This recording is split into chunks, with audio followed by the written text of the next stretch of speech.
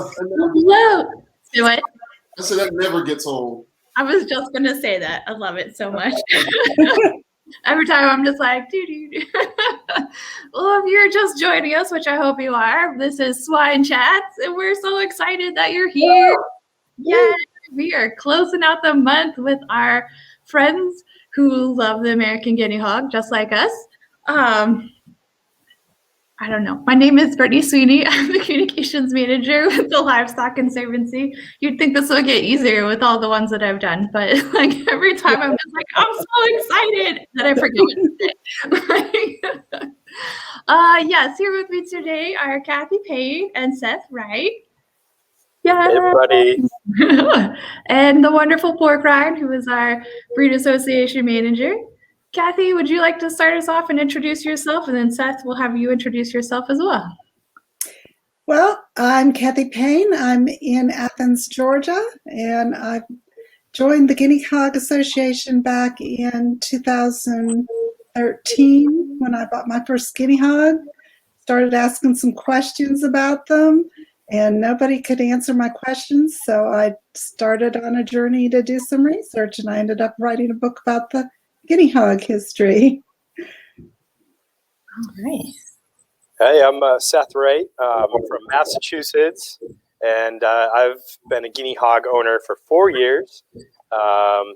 So I wanted to start out with pigs for our small acreage, and did a little research on the Livestock Conservancy website. I went through all the heritage breeds that were listed, and I really zeroed in on the guinea hogs because just their small stature, they are abundant producers of tasty fat.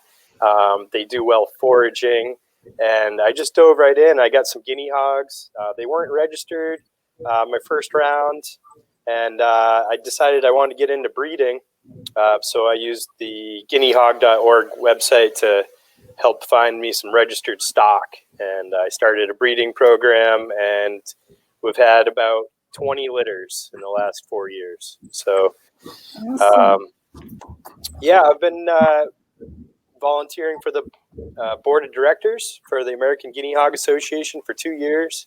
So I'm a young member, but I just dove right in, and I knew that the association needed some help, and don't have a lot of experience, but that's okay.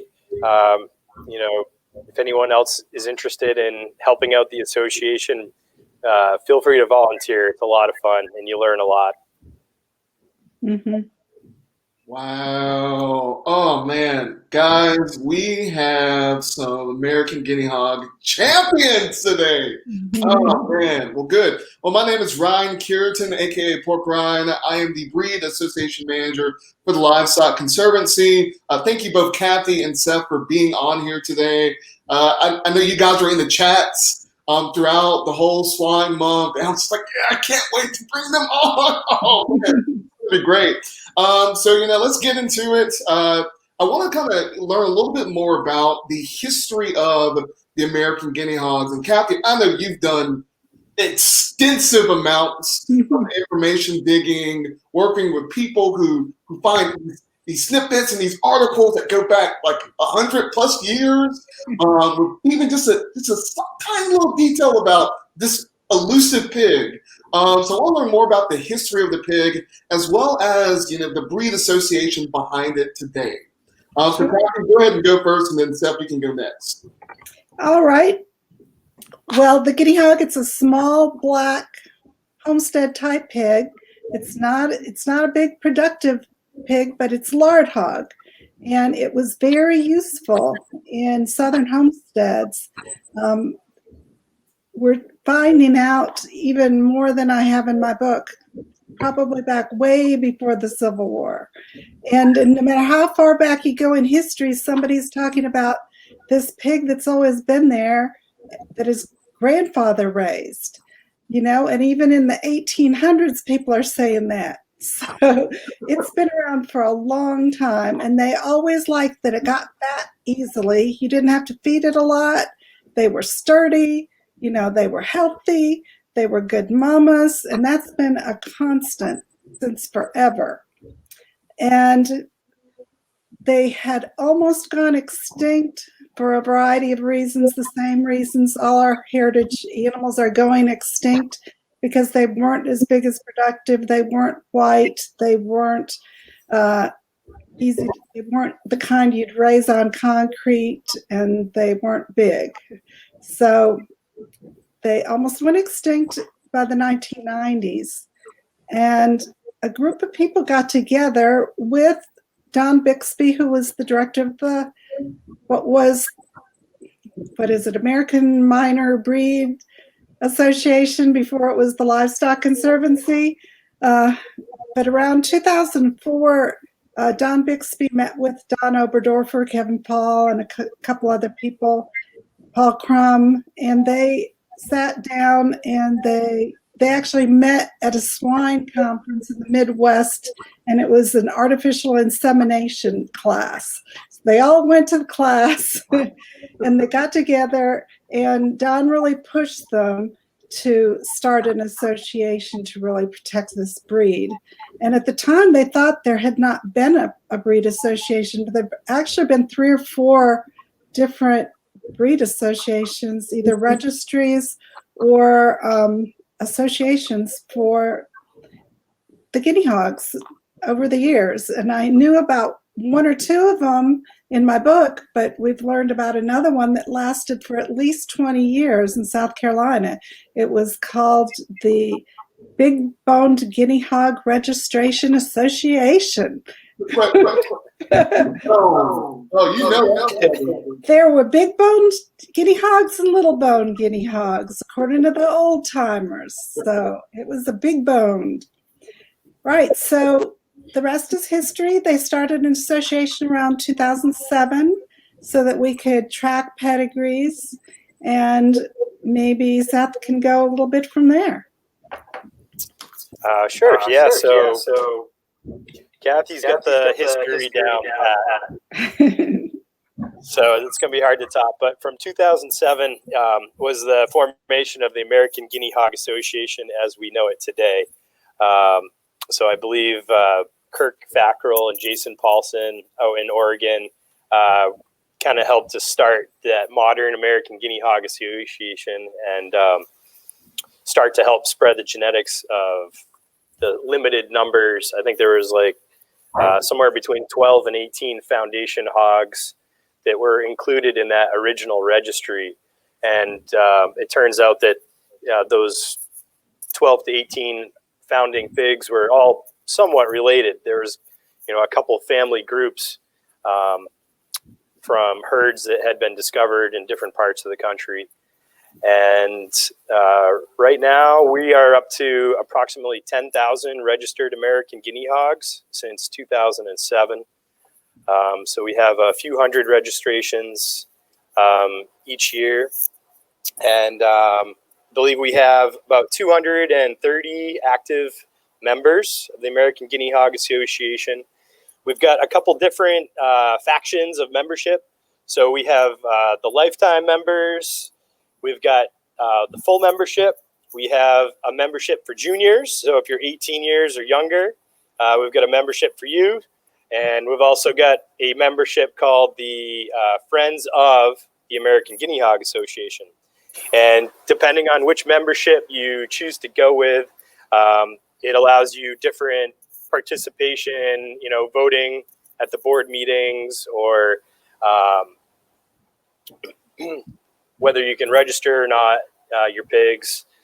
And one thing I will say is that the association in the last couple of years has made some improvements for its members, in that we now have a discussion forum built into the guineahogs.org website where we can discuss our hogs freely. We can post them for sale. We don't have to worry about Facebook taking down our posts or closing our groups. So we've kind of laid the groundwork for a really great discussion forum. It does need more participation, but there's some really great resources on our website there. And another neat thing that the association has put out for its members in the last couple of years is partnering with a website called Open Herd. So Open Herd, it was originally designed around the alpaca community, But they reached out to the Guinea Hog Association and asked us if we wanted to participate. And members of the AGHA are allowed to host a free profile on Open Herd where we're allowed to put whatever we want for sale. So I can sell pork chops, I can sell feeder pigs, I can sell a registered boar. I can put up photos, pedigrees, prices. It's got like a PayPal shopping cart. It's not like the fanciest like Shopify website or anything like that, but it's a great resource to take advantage of. So, I invite everybody to help, participate in the association and take advantage of some of these resources. So I would like to add something to that. One decision that the American Guinea Hog Association made a few years ago, after they struggled with registrars, keeping registrars, is they just paid somebody who wasn't affiliated with pigs or didn't even know what a guinea hog was, and just hired her, but she had computer skills to be the registrar. And now people can get their registration sometimes in 2 to 3 weeks. It's fast and it's efficient and there's no politics involved. So it's really great. Yeah, the registration process has become easier in that we've put a lot of our forms online. So you can register and transfer a hog in one step through the website. You can just transfer a registered hog. You can register a whole litter. You can indicate that a hog has been culled or is deceased. So we've been trying to make it easier for people to update the registry through the computer with a little bit less paperwork. But yeah, we've got a great registrar, Ruth Bennett, down in Florida, and she's been turning out the paper registration certificates in a timely fashion for us, and we appreciate that. Mm-hmm. Makes a big difference. Let's give a round of applause for Ruth. Thank you, Ruth. To all you registrars out there, whether you're managing hogs or any other type of species, we thank you for your service. Me as Breed Association Manager, I talk with a lot of different registrars, and I've heard many of stories.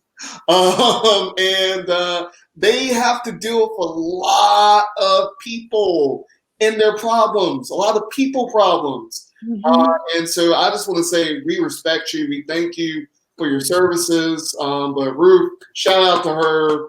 Really great job. Well, great. So, both of y'all have raised American Guinea Hogs. And Seth, I know you're still raising them, if I'm not mistaken. So kind of talk about your experiences raising American Guinea Hogs, both the bad experiences that go so well, also the successes that you've had with the breed, and then later we're going to talk about the pork because, we're not raising pets, we're raising pigs for food. We're raising pork. So we'd love to hear about that too. And Seth, I'll let you go first, and then Cathy can go second. Okay, great. So raising guinea hogs, it's been an adventure. I've learned a lot, and it's somewhat difficult to get good advice. When you turn to the internet, there's so many different ways people are raising pigs. And so you can get caught up in that, but you got to trust your gut. But some things that I've learned about raising guinea hogs is that you can't make them grow fast. They're going to take 15 to 18 months to get a 200-pound pig that isn't overly fat. So here's the deal.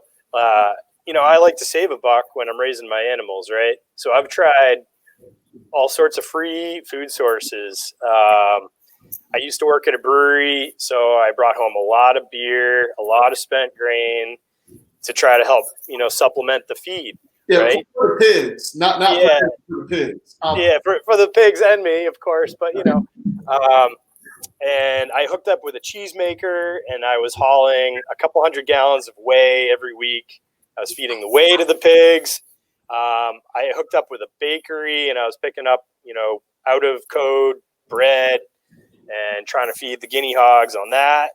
Well, I tell you what, I scrapped all that because all it does is it just wastes my time, you know, whether I'm opening up bread bags or like worrying about moldy bread. And like with the whey, it just became too much calories, too much protein. And at the end of the day, feeding that junk food to the pigs, I just got overly fat guinea hogs. So I just use purchased feed and hay, and then natural forage. And I take my time to grow out the carcass. I don't try to pour on the feed and get that pig to grow out in 10 months because it just isn't going to happen.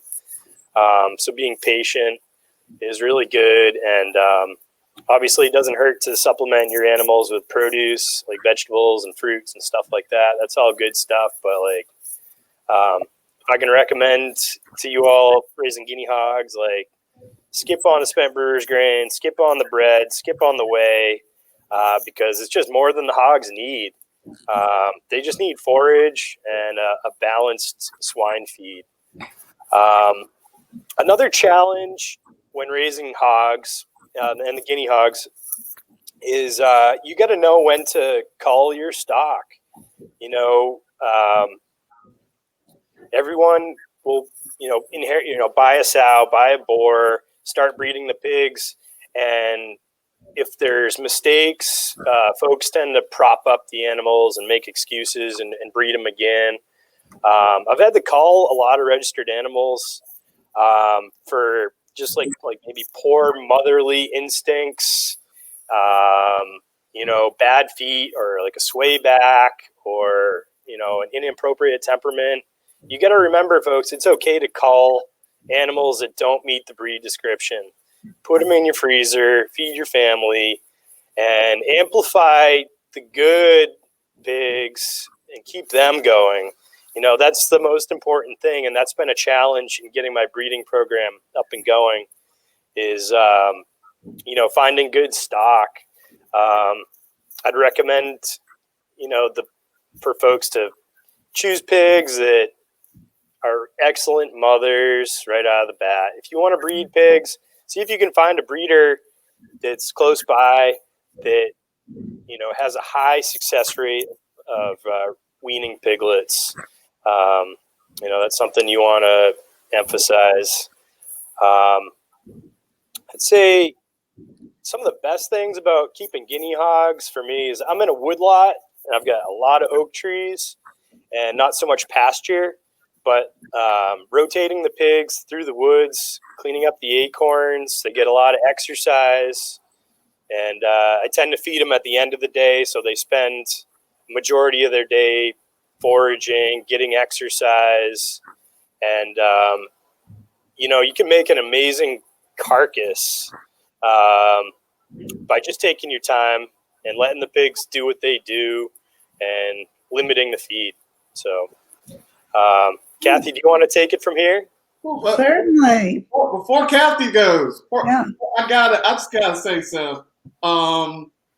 Good job. Good. Just thank you for the wisdom. I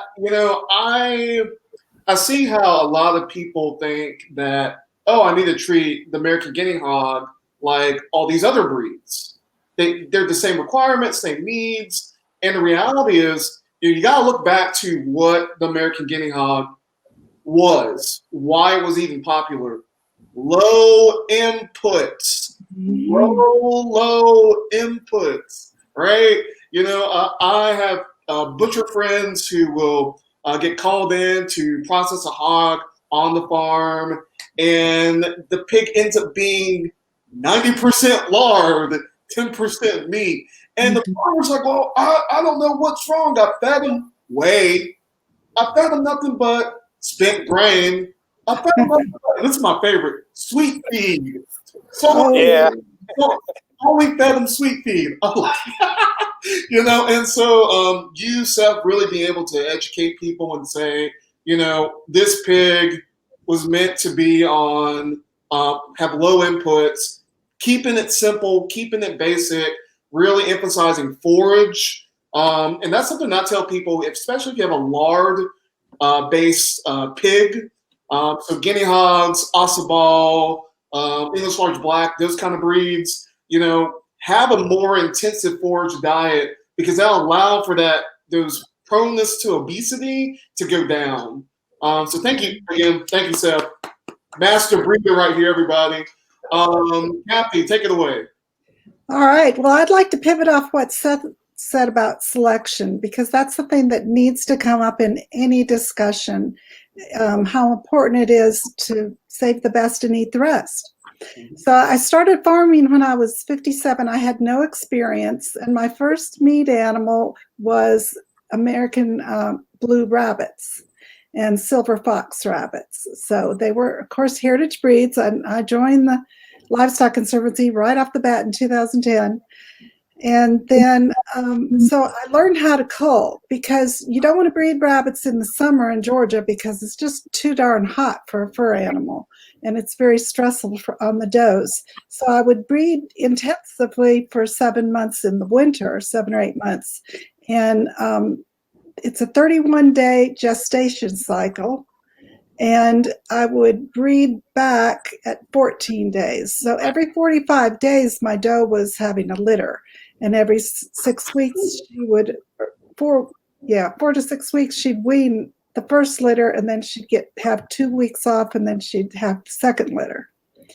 And so I learned how to cull. I learned how to cull and select, because when you're breeding rabbits that have 12 babies every 45 days, you've got a lot of rabbits and you have to cull. So that's where I learned about temperament and how traits were passed down. And I could see 2 or 3, 4 generations just in a matter of a year. So then I carried that knowledge forward to raising my Gulf Coast sheep, and they only had, 1 or 2 lambs a year. So, and you had to wait another year. But I learned early to cull right away, and I didn't save them all. And it was amazing how quickly the offspring responded, with the next generation. Every year was better with the fleece, better with the temperament, better with the worms and all that stuff. So then I had been farming then for 3 years when I discovered guinea hogs. And one of my rabbit customers told me about them. I started trying to find research, and I'd find this same information that Jeanette Behringer put out there, and everybody had it. So it got really boring trying to find new information. But when I started with the guinea hogs, I had a lot of fun with them. One thing is fun is naming protocols, because when you have registered animals, you name them, right? And you ID them. I tattooed my rabbit's ears and all that stuff. And so my first herd was called the Gershwin herd. And my boar was named Porgy. And of course, his first girlfriend was named Bess.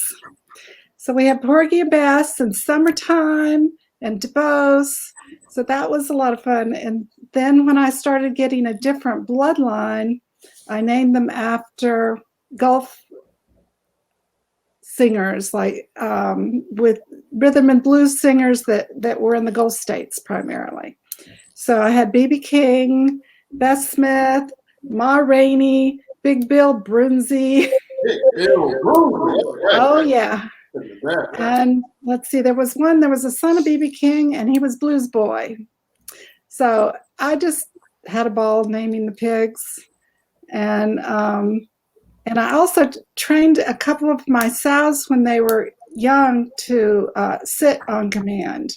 And that was always fun, because it was great when you had people over on a tour and you'd say, sit, and she'd sit. And it made it easier, to feed snacks and stuff like that.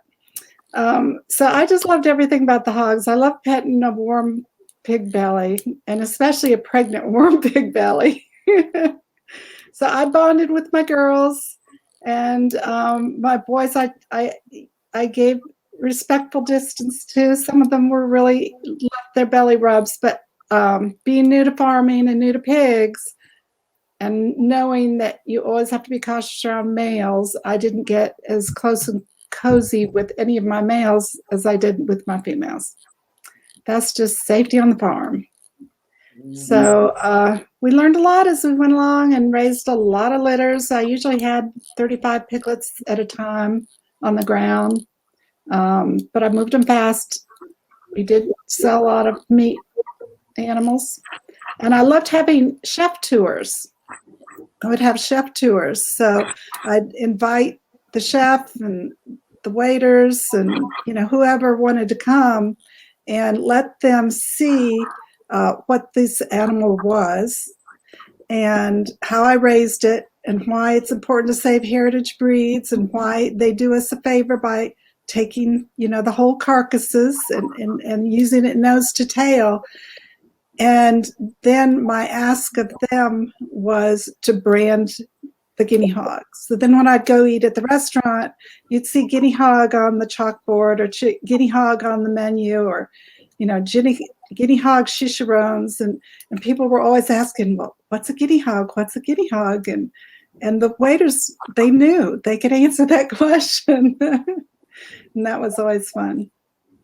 I did sell the farm in 2018, and now I'm writing books about the guinea hogs, and I'm doing some consulting work for you guys there at the Livestock Conservancy. So that's been a lot of fun. Good. Woo. All right. Where do I even go with this? Just, again, such wisdom. Thank you guys for really investing yourselves in this breed. I know, me, when I first started with heritage breeds, English Large Black, Red Wattle, I was very prejudiced against smaller breeds of pigs. So it's like, oh, what about the American Guinea Hog? I was like, that's not even a production hog. Like, who cares?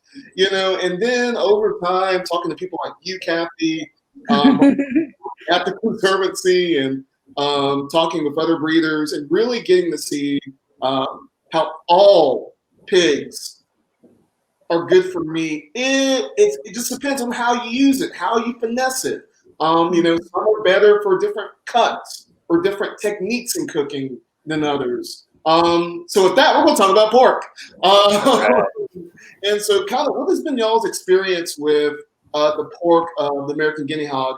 If you had to teach any of our audience about proper ways of utilizing the carcass, what are some suggestions that you would give to them, especially if they're wanting to sell to a restaurant, even if it's just on a couple of occasions? Like, what kind of recommendations would you make for them?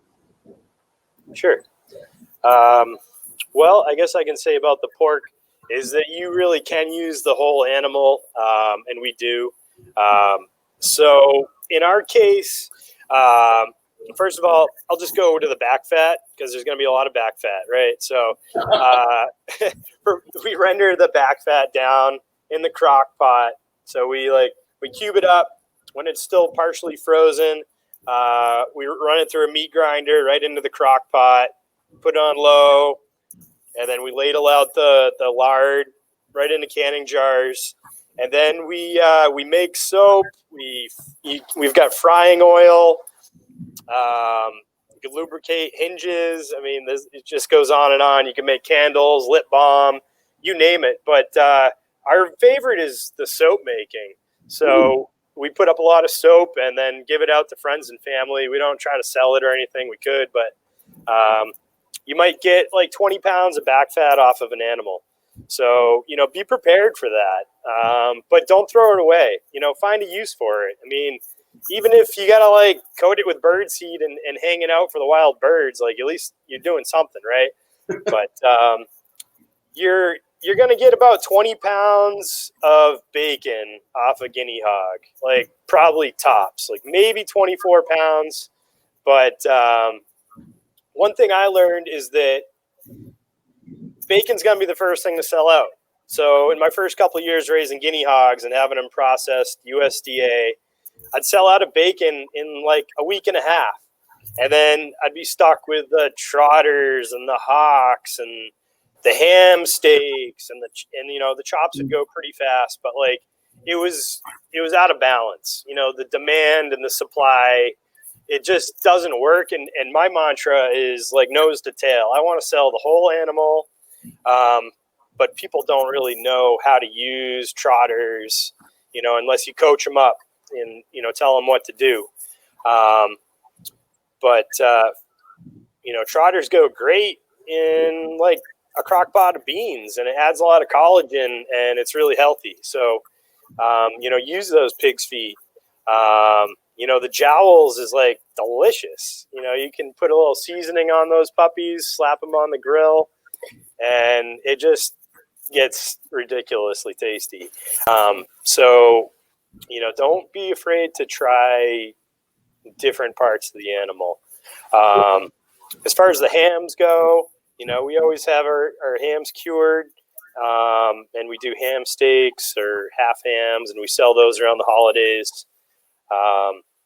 And if you can get a processor that will smoke a whole pork loin, you can get some amazing smoked pork chops.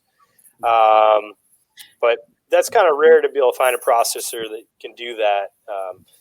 So one thing we love to put on the smoker is the pork shoulder. So we rub that down with a seasoning and salt, set it in the fridge overnight, and then we put it on the smoker the following day. And we cook that guy until it's like 199, 200 degrees, you know, tented in tin foil for an hour or two, and then just shred it with the fork. And like, it doesn't even need sauce. All that fat, that's why. Yeah, because it's got the fat. You know, the pork chops, they're small. You know, they're not going to be as big as your commercial chops you see at the store. So, you know, we just tend to eat smaller portions when it comes to the chops. And, you know, that's totally fine because you don't need more than a third of a pound or half a pound to serve, you know, meat per serving anyways. So one chop is like perfect per person. Quick question: the shoulders. Yeah. How many pounds are they? Like for someone who's raising them, what kind of expectation could they have in terms of poundage? If you're raising them for, I think, 18 months. Yeah, I think I get probably like a 7 or 8 pound shoulder off of each side.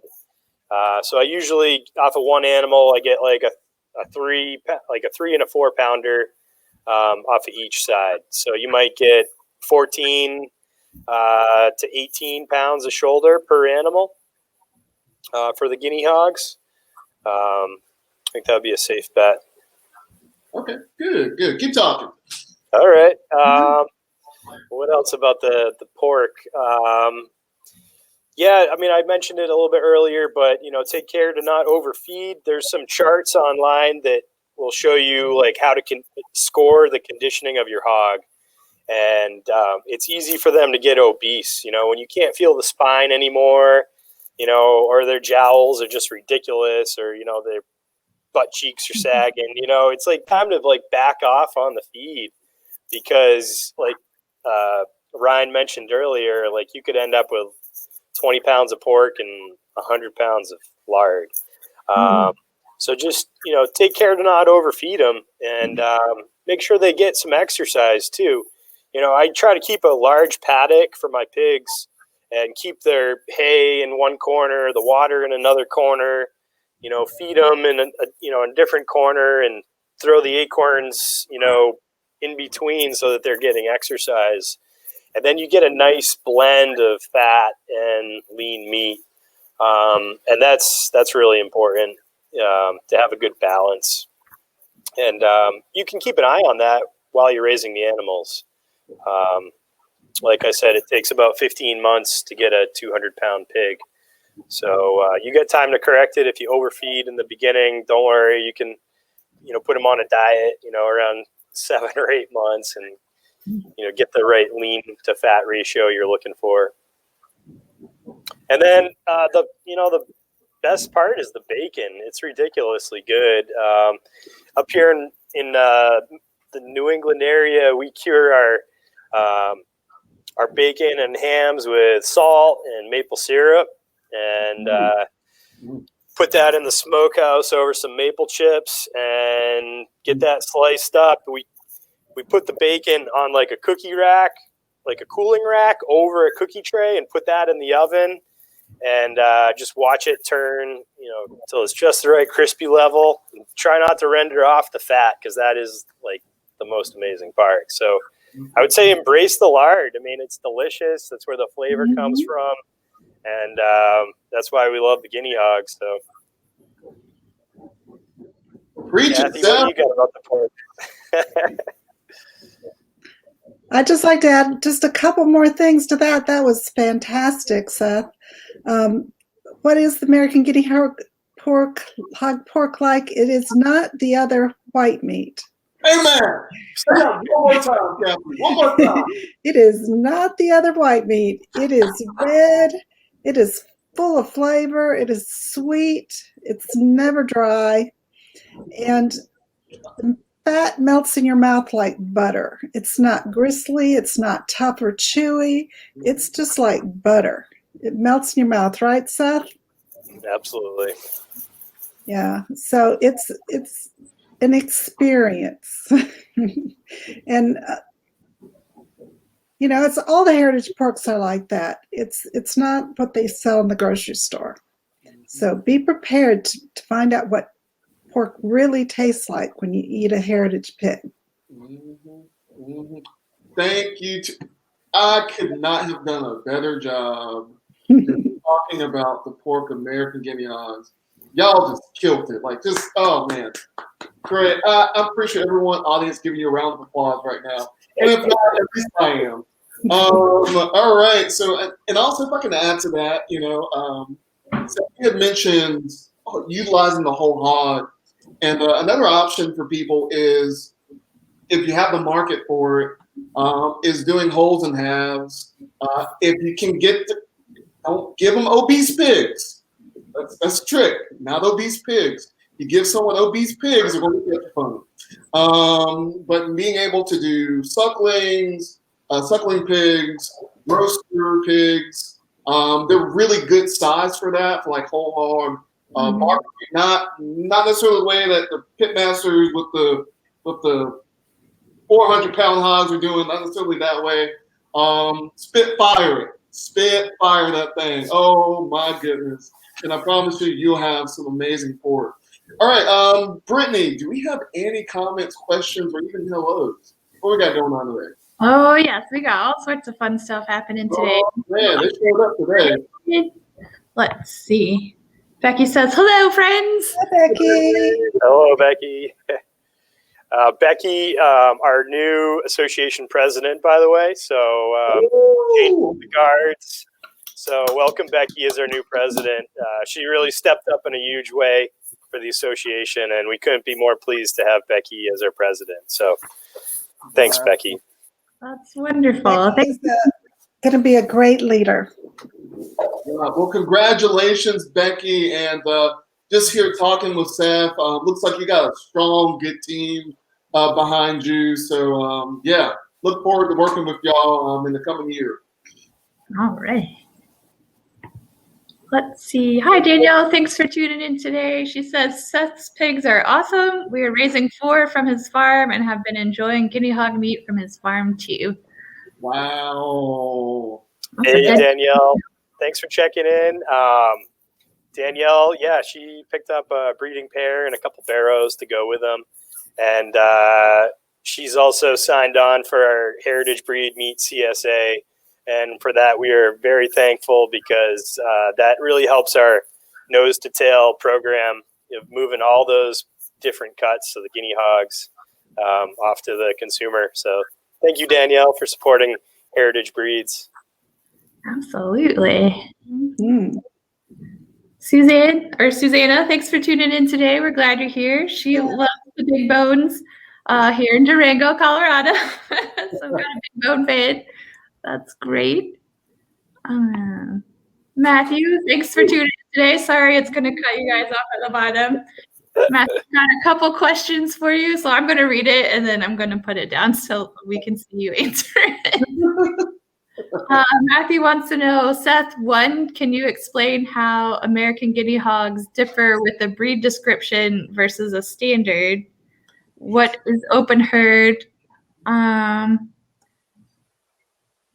Other features from the American Guinea Hog offer. And then Cathy, he wants to know, what are a few of the different family traits of the various family groups, Hester's, Sumrall, Bayless, etc., and what influence do guinea hogs have on other breeds? That's a mouthful of questions. So let's keep it to 5 minutes for a set for both of y'all. Okay. Okay. Let's go. So I'll go with the breed description. So on the Livestock Conservancy, all the threatened breeds, all the breeds have either a standard or a breed description. And a lot of breeds breed to a standard, which means that there's like zero tolerance for variation, right? Well, with the guinea hogs, we have a breed description, which allows a little bit of variability in selecting animals. So, we don't want to necessarily have like a homogeneous or homozygous population of pigs. We want to, support, embrace the pigs that have got the really thick coats, or the big bones, or the small bone pigs. So like, I keep 2 different lines. I've got small bone and big bone.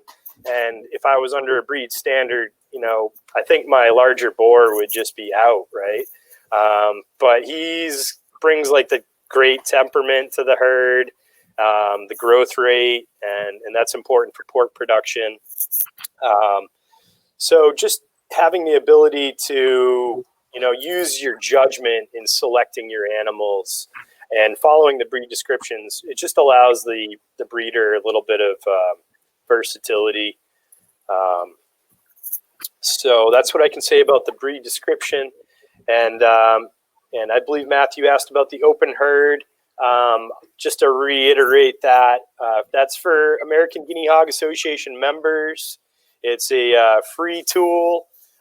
Contact Becky Mahoney if you're a AGHA member and you're looking to set up your open herd account. Email Becky and she'll get the credentials processed, and that'll allow you to upload photos and pedigrees of all the hogs in your herd. You can list registered animals for sale. You can put your feeder pigs for sale, or your soap or your back fat or anything like that. So please remember to take advantage of that free tool. So I'll let Cathy take her question there. Can you pop those back up on the screen, Brittany? Sure, of course. So Matt, you wanted to know, what are a few of the different family traits of the various family groups? Yeah, I know you've got a lot of other questions up there, so I'm going to try to summarize this kind of simply. So there are some family traits that are a big, broad, big bone type of hogs, and there's some that are more of a small hog. So the ones that are, and some have long legs and short legs, they all have a single curl in their tail. They all have basically the black coat, and some have some white spots here or there. But they can have more forward-facing eyes or less. They can have brown eyes, sometimes blue eyes, and sometimes you get some silvering mixed in there. So there's a variety of traits. But most of the pigs have been bred with different bloodlines, and they're a little more homogenized these days. Was there a second part to the question? Yes. What influence do guinea hogs have on other breeds? I'm not sure about that. There are some breeds that have had influence on the guinea hogs that we're still exploring. And because a lot of people have taken those old guinea hogs and they've crossed them with this or that, with the Chester White, with the Berkshire, with the Essex, and so forth. But you can go on, and there will be another book coming. There's a lot of stuff out there, more than I can answer in a minute or two. Cathy, can you just take a second? One of my best sources of material too. He's one of the people that's going back 100 years or so, 200 years. I'm sorry, Seth? One part of that question, maybe you'd do an excellent job answering, would be just explaining that the Hesters, the Summerall, the Valus, the Brown, the different lines that were part of the founders, and maybe some differences between the type of hogs in those different herds. Well, we started with, we thought were 3 or 4 herds, but it turned out in my research, since I've written the book, that my readers have helped me research, that there was one person named Hester's, and that Hester's in Indiana. She sold 3 or 4 hogs to somebody in Ohio. He only raised them for a year or 2, and then he sold them to somebody named Randy Setti. And Randy Setti sold some to a guy named Mark Selesky in Nebraska. Well, so we thought that the Hester's herd and the Setti herd and the Selesky herd were different, but they were all from Annette Hester's within, a 3-year period. So there was a lot, and 9 of the 11 pigs that started the registration came from that Annette Hester's, those 3 pigs. So it goes around real fast in the pig world, and people think they're getting something unrelated because they go to another state, but that's not the way it works anymore. So, but if you want to know more about the details, there's a book at the Livestock Conservancy store. There's a couple that you get there, Managing Breeds for a Secure Future. It explains what landrace pigs are, and breed descriptions and selection and line breeding and line crossing. It's all there. And then there's the Guinea Hogs, which is also for sale at the Livestock Conservancy. And by purchasing your books there, you will help earn money for the Conservancy. Yay! Yay! Woo, man. Oh, wow. I love that. Masterful way of explaining all of that. I think it's safe to say if someone gets a pig and it says American Guinea Hog and it's red and small, chances are it's probably not an American Guinea Hog. Anyways, Brittany, do we have any more questions before we? Oh, yes. Let's see. Amanda says, this is awesome. When we started our guinea hogs years ago, we were warned not to mess with trying to wade through the process, but maybe we'll try now. So good job, Paul. You've inspired someone. Thank you for tuning in today, Amanda. We hope you learned something. Jean wants to know, is it's the best bacon high fat?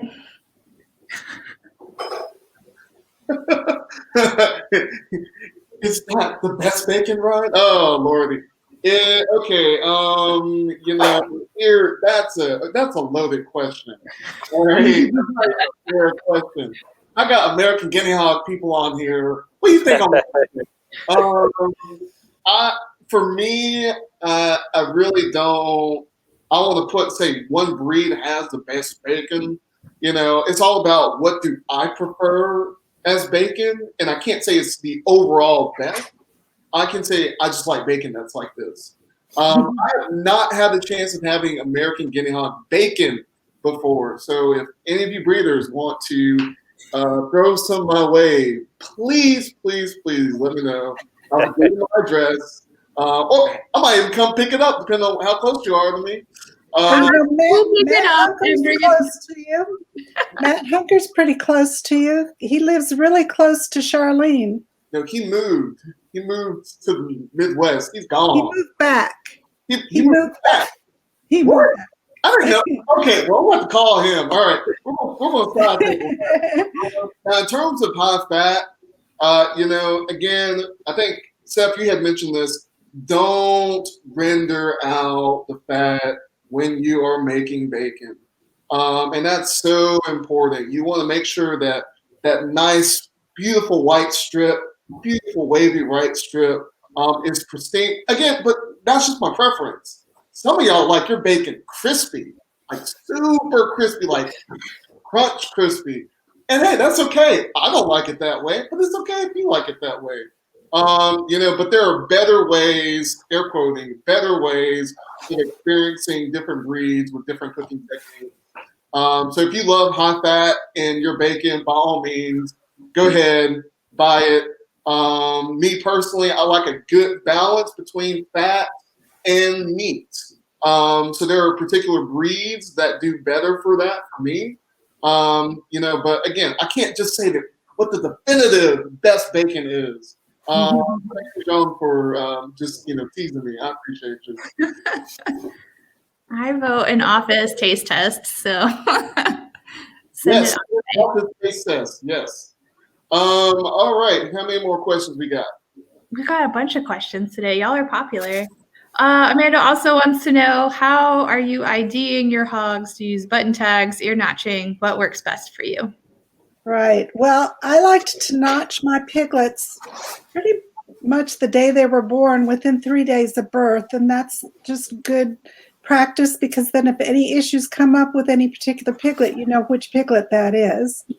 And then when they're old enough, many people use the plastic tags that you can get from Premier One, and you can have the IDs made pretty much personalized. You can put your farm prefix on there. You can number them. You can color code them.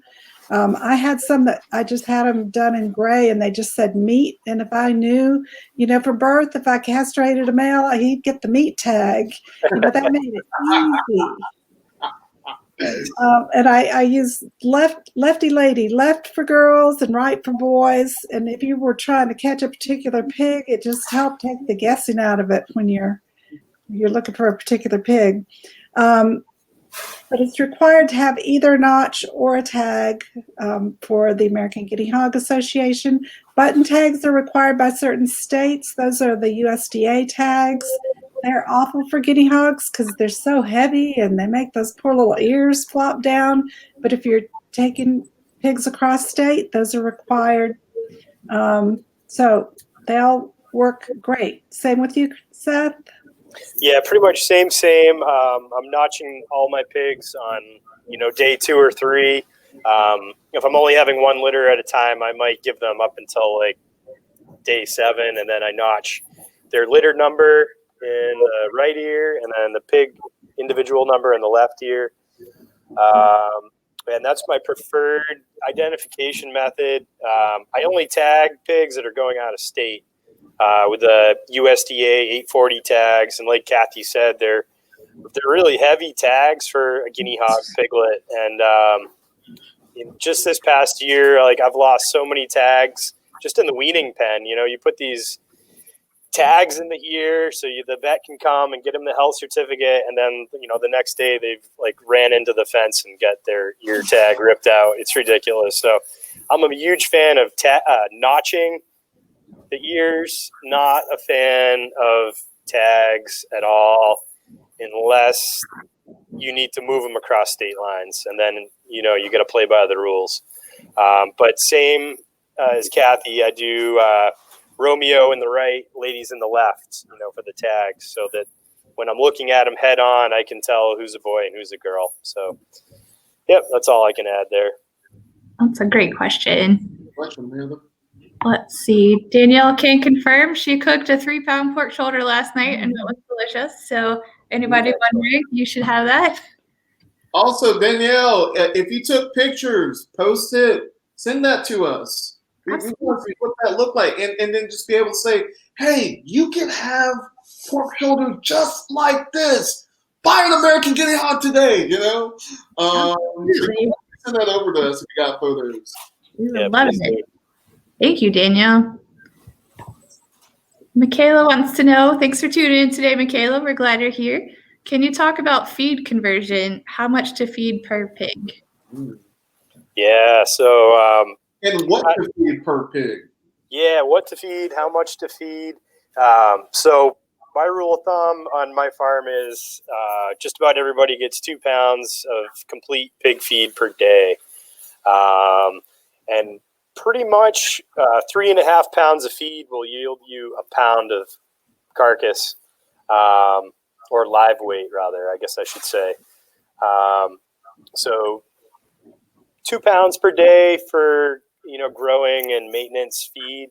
If you've got a lactating sow, I do the 2 pounds plus a pound for every piglet in her litter, probably maximum 10 pounds per day of feed per sow that's nursing. But I see, like, if I feed out my feeders 2 pounds of feed per pig per day, I usually see about 10 to 14 pounds of increase in hanging weight per month. So if you want to follow those numbers through, you can kind of figure out, I guess that's 60 pounds in, and you get about 10 to 15 pounds of pork from that 60-pound input. Good question. Jean says hi. Hi, Jean. Thanks for tuning in today. We're glad you're here. Jay says this is a terrific breed. We all agree. Thanks for tuning in today, Jay. He also wants to know, a member of our group at Pounding Farms is curious, what characteristics are historically accurate? Taller, longer snouts? Historically, there were variations, even back in 1990 when they were starting a group to try to promote the guinea hogs, the Guinea Hog Association, not the AGHA. Some were shorter and rounder, and some were taller and leaner and longer. And snouts can be long or short. So a lot of it is just whatever that farmer selected for. That's what that line ended up with. And within, even if you have the same 2 pigs and you spent 10 years just breeding 2 pigs, you'll have that variation in the litters. All right. Great question. Thank you, Jay. Let's see. Laura, thanks for tuning in today. We're glad you're here. She says she loves this bacon, and she wants to know, how well does this breed do on pasture or grazing in woodlands? I'd say they do excellent in a pasture situation.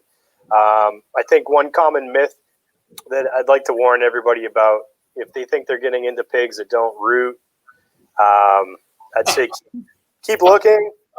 They're going to dig up your pasture. If you have sod that you're trying to protect, you can move them in and move them out very fast, like within 2 days or something, if you're trying to protect that sod. But at the shoulder seasons, when the nutrients are in the roots of the plants, they're going to dig up your pasture. But they'll be really healthy and happy. So mostly I keep my pigs in the woodlot where they can forage for acorns and beech nuts. And they can cause some damage in the woodlot too, so you want to move them every couple weeks. Yeah, I can also add to that. I think I mentioned this yesterday or in the previous swine chat. Pigs, ecologically speaking, we're just going, ecologically speaking, they're not sheep, they're not cows, they're not goats, right? And so being able to understand that, I know there are a lot of people that are promoting pasture pigs, and I only put my pigs on pasture, no woods, no dirt lots, and that's great. That's really great.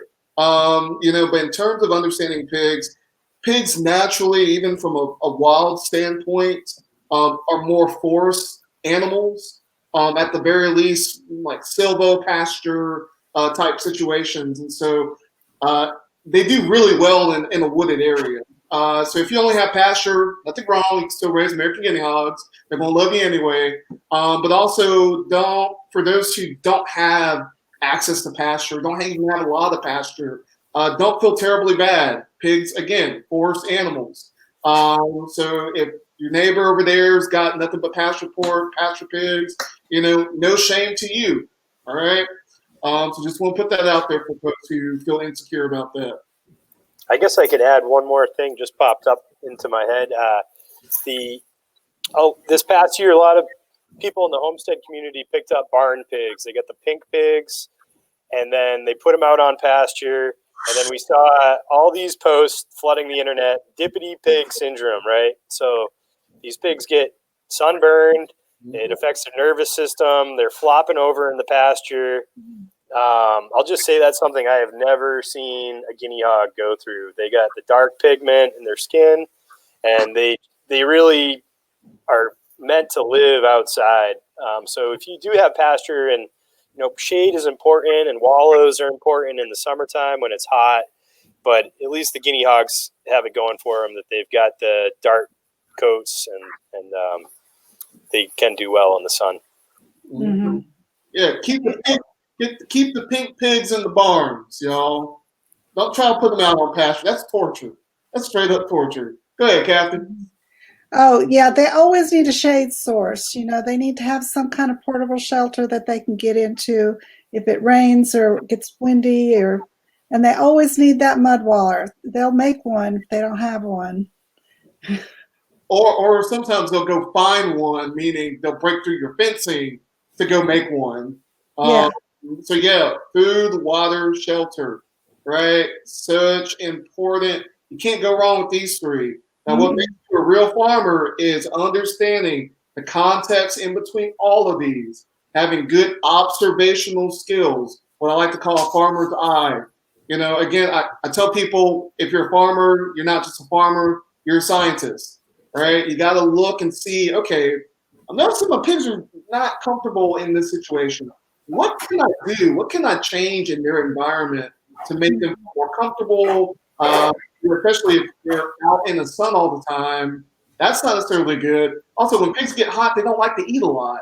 So they might experience slower growth rates to a pig that already grows slow. So be very mindful about the environments that you have your pigs. And this is why I really stress getting a mentor. It is so important that you get a mentor for the breed that you're raising. There are plenty of people raising heritage breeds out there. If you need help finding a mentor, look at the breed that you're raising and go to the breed association that's promoting that breed. You might even be able to find someone within your area or within your state. So I'd highly recommend doing that if you're raising any kind of breed. Next question. All right, great question. Hi, Jessica. Thanks for tuning in today. We're glad you're here. She wants to know, are there any suggestions that we should know for when we take American Guinea Hogs for processing? Do American Guinea Hogs need any special instruction to the processor? Don't throw out the fat. Yeah, don't throw out the fat. Yeah, don't cut off that. Some butchers do not like that black hair or the black skin, and I don't know why, because it turns out white when you blanch it, but some of them just have a hissy fit over it. So they might charge extra, they might complain. So you might want to call ahead and ask if before the fact, have they ever processed a guinea hog? And if they haven't, take some time to educate them. Let them know. And the first time I took my pigs to a processor, the lady said, well, why do you process them so small? And I said, well, these pigs aren't that young. They're just small. But that's the way we like them. I have a processor in Vermont. Does a great job with the bacons and the hams, but their minimum hanging weight is 150 pounds. And for a guinea hog, that's kind of a stretch. So if your processor is going to assess you an extra fee for, hanging less than a certain amount of weight, you may want to do some figuring before you bring your animals in to get processed, because the processing costs a lot. And when they charge you extra because your pigs were only 100, 120 pounds hanging weight, then it just becomes ridiculously expensive. But other than that, just keep everything and find a use for all the cuts, and everything else is just about the same. Mm-hmm. Well, also, and this is a question to both of y'all, And thank you, Jessica, for that awesome question.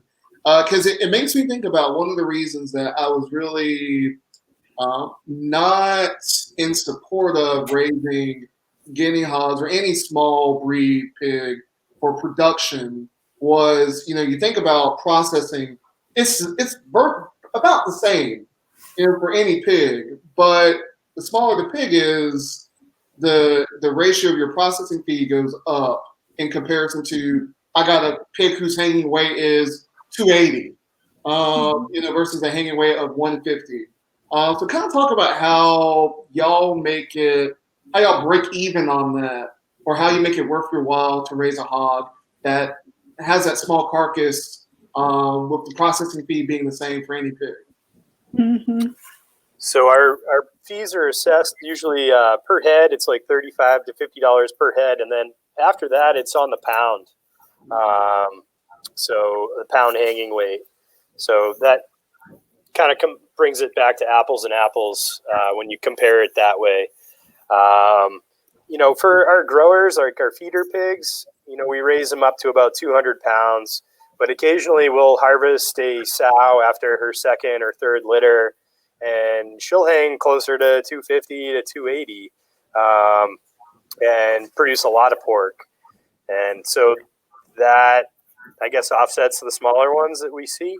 But what I do is I just keep, twice the number of animals that another farmer may. Being guinea hogs, they're smaller and they take a little bit longer to raise. So I just keep a larger number ahead. And the one-time, kill fee per animal, it doesn't break the financial situation to bring them in and pay the processor. Mm-hmm. And actually, I guess in the way, depending on the processor, it works in your favor if they're doing everything by the pound minus the kill. Because it's like, oh, right, like it only weighs 150 pounds. So it's not that expensive compared to my pig weighs 280 or 300 pounds hanging weight. That's really good. Cathy, do you have any comments? Well, I never sold pork by the cuts, but I pretty much sell them by the whole pig. So for chefs, I would take them in and they'd just be scalded like a barbecue hog, stamped USDA and, wrapped in cellophane, and they'd get them the day I'd go to the processor and deliver them to the restaurants the same day. And the deal was I would call them when I knew I was going to have pigs, and it was a special. It was not going to be something that I could produce, 50 pounds of pork chops every Friday or anything like that.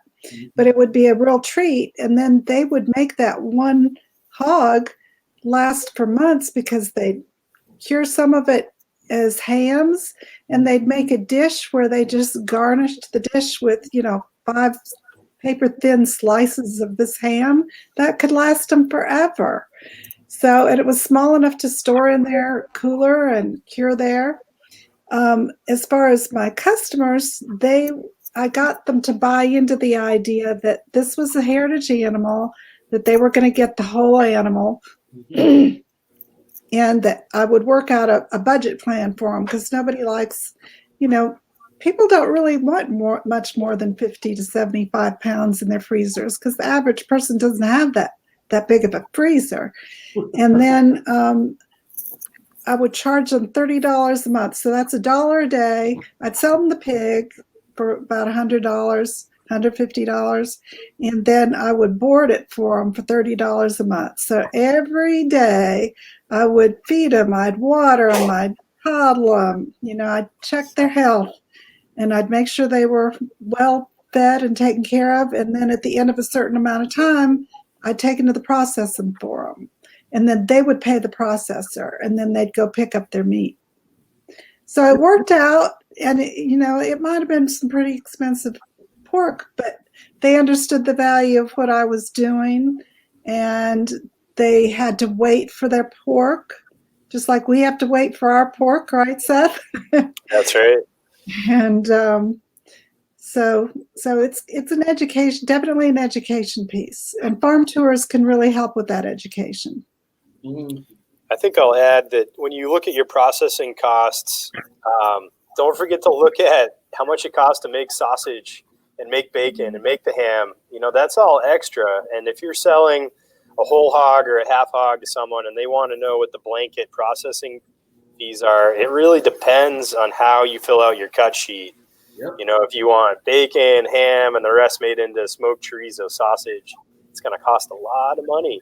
So, you know, but if you're just getting roasts and everything back is fresh pork, you can save money and then cure your meats at home if you're into that type of thing. So that's one challenge I've had in educating customers on like whole and half hogs is like, yeah, I'll sell you the pig for $500, but after that, it's on you to pay the processor, and I don't know how much that's going to cost. So be prepared. Good wisdom. All right, next question. All right, let's see. Michaela wants to know, what do they need for farrowing? Heat sources, crates. Can they live in cold climates like Minnesota, Alaska, as well as hot climates, Florida and Texas? Yeah, so we have members in Alaska and in Florida and everywhere in between. There's a number of different ways to farrow piglets. I don't believe anyone is raising piglets in farrowing crates. Typically, we provide nesting materials like straw, maybe some sticks, shelter, a dry place to build a nest, and we try to encourage the mothers to build their own nest and take care of their piglets without the input of things like heat lamps.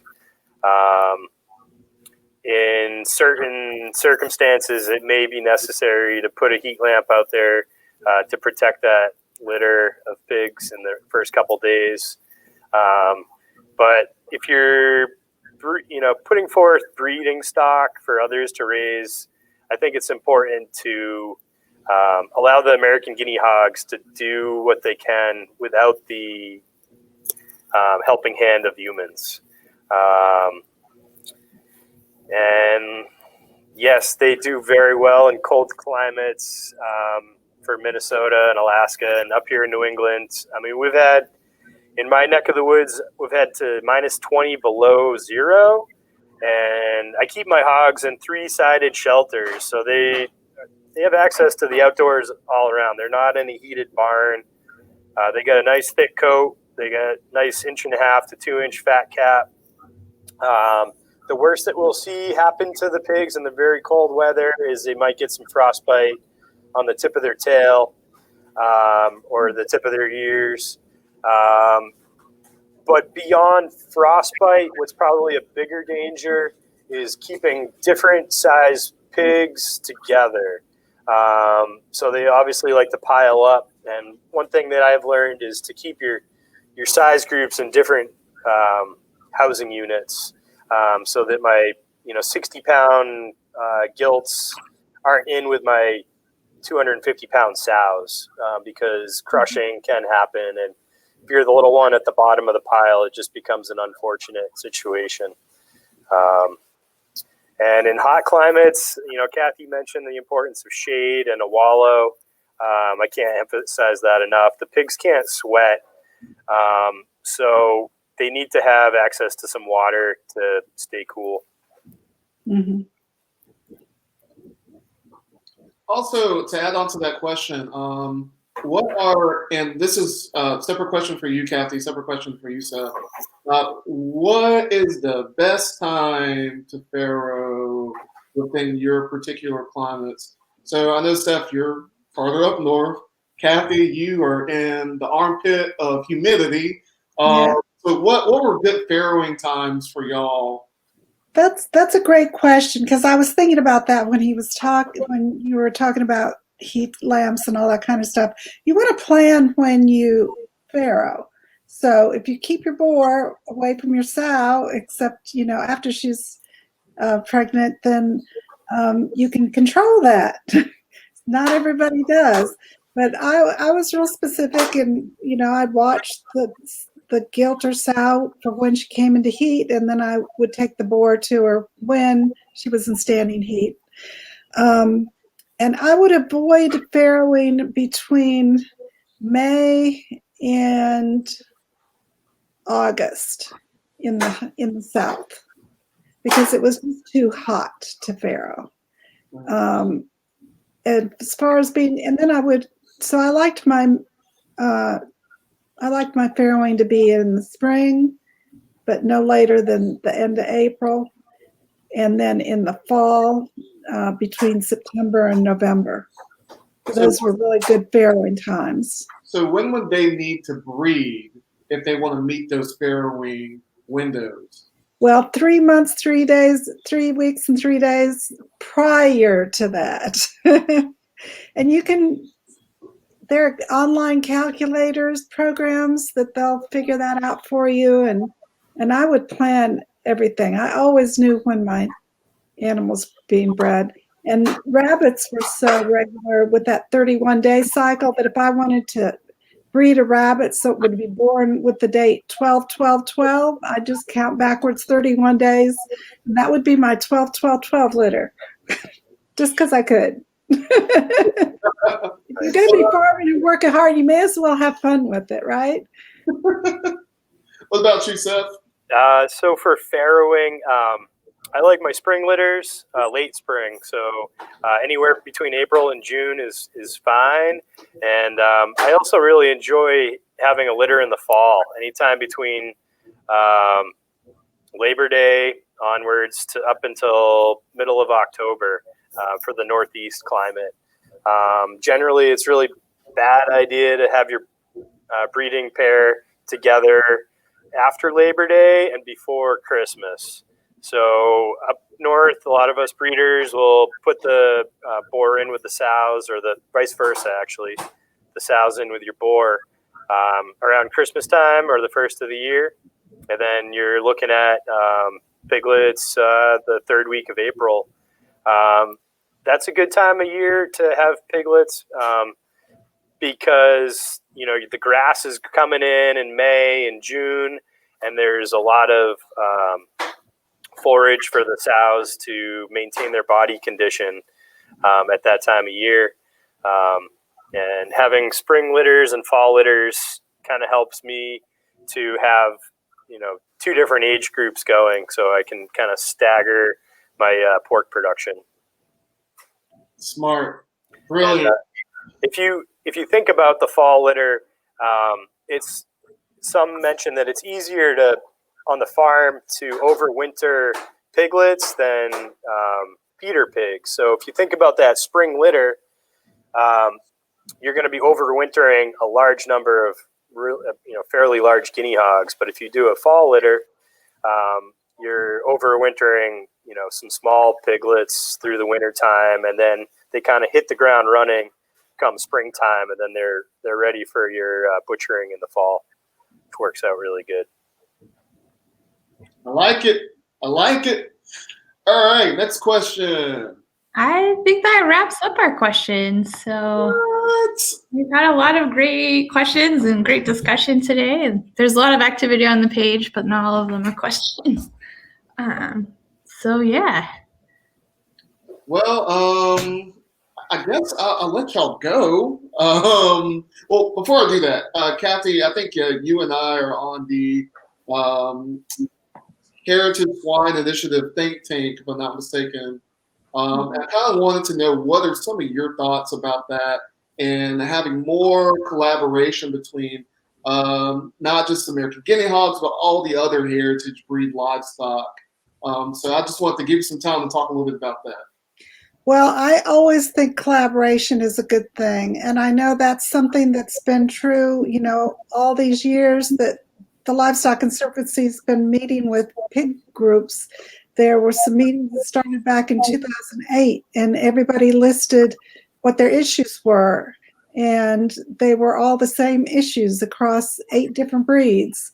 And they're the same issues that people are dealing with today with those 8 breeds, plus the Michon, plus whatever else we've added since then. So I always think collaboration's good. In England, they do a great job of pooling all the heritage pigs on one page, and they sell the meat. They help them sell the meat, they help them sell the pigs, and I don't think you can go wrong. But getting it organized and carrying it through is the tricky part. Mhm. And there's always people involved. Somehow that blows things up. Pigs don't care. Ooh, well, thank you, Cathy, and thank you, Seth, for just participating in the last Swine Chat of the month of this year. Don't worry, folks. Next year we will have more Swine Chats. If I can have 10 Swine Chats next year, no, I'm just kidding. That'd be insane. I can't do all that. But one thing I will say is, this has been a really great experience for the Livestock Conservancy as well as for y'all. So keep this going. Next month we are going to have sheep, and I know all y'all are excited about sheep. I'm like, okay, sheep. All I care about is pigs. But I know you guys are excited about sheep. So we're going to be having. I got my merino scarf on here. I know. So we have exciting programming for you guys coming next month. So stay tuned. It's literally just a week away. And other than that, again, thank you guys for being here.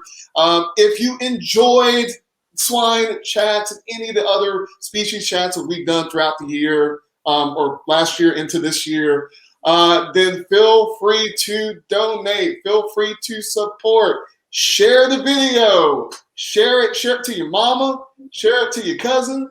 Share it to your mom and them. Share it to Aunt Jean, whoever you got going on. Let them know of what we're doing and how conservation of all of these heritage breeds are very, very important. And if you haven't already thought about donating, definitely consider becoming a conservation champion. What that basically means is you would donate only $4 a month. $4 a month towards conserving breeds like the American Guinea Hog. So other than that, Brittany, do you have anything to say? Thank you to Cathy. Thank you to Seth. Thank you to all of our current members and supporters. We appreciate all you do to help make this possible, and for all you do for rare breeds, swine in particular, just because it's Swine Month. We appreciate you. And I think we will wrap it up. We hope everyone has a wonderful week. Enjoy. We'll see you again next week.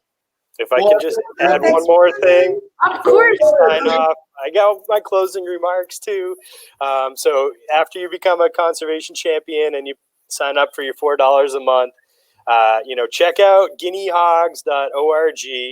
If you're interested in learning more about guinea hogs, at that website you can find a breeder who's local to you.